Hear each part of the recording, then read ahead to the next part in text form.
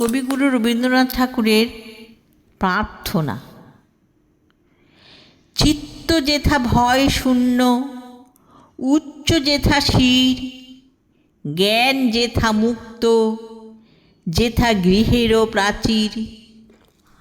আপন প্রাঙ্গণ তলে দিবস সর্বরি, বসুধারে রাখে নাই খণ্ড ক্ষুদ্র করি। যেথা বাক্য হৃদয়ের উৎসমুখ হতে উচ্ছ্বসিয়া উঠে, যেথা নির্বারিত স্রোতে দেশে দেশে দিশে দিশে কর্মধারা ধায়। অজস্র সহস্রবিধ চরিতার্থতায়। যেথা তুচ্ছ আচারের মরুবালু রাশি, বিচারের স্রোতপথ ফেলে নাই গ্রাসী। পৌরুষেরে করেনি শতধা, নিত্য যেথা তুমি সর্ব কর্ম চিন্তা আনন্দের নেতা।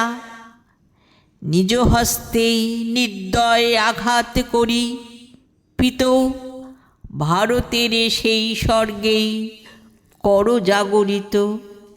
আবৃত্তিটি ভালো লাগলে লাইক, শেয়ার ও সাবস্ক্রাইব করতে ভুলবেন না।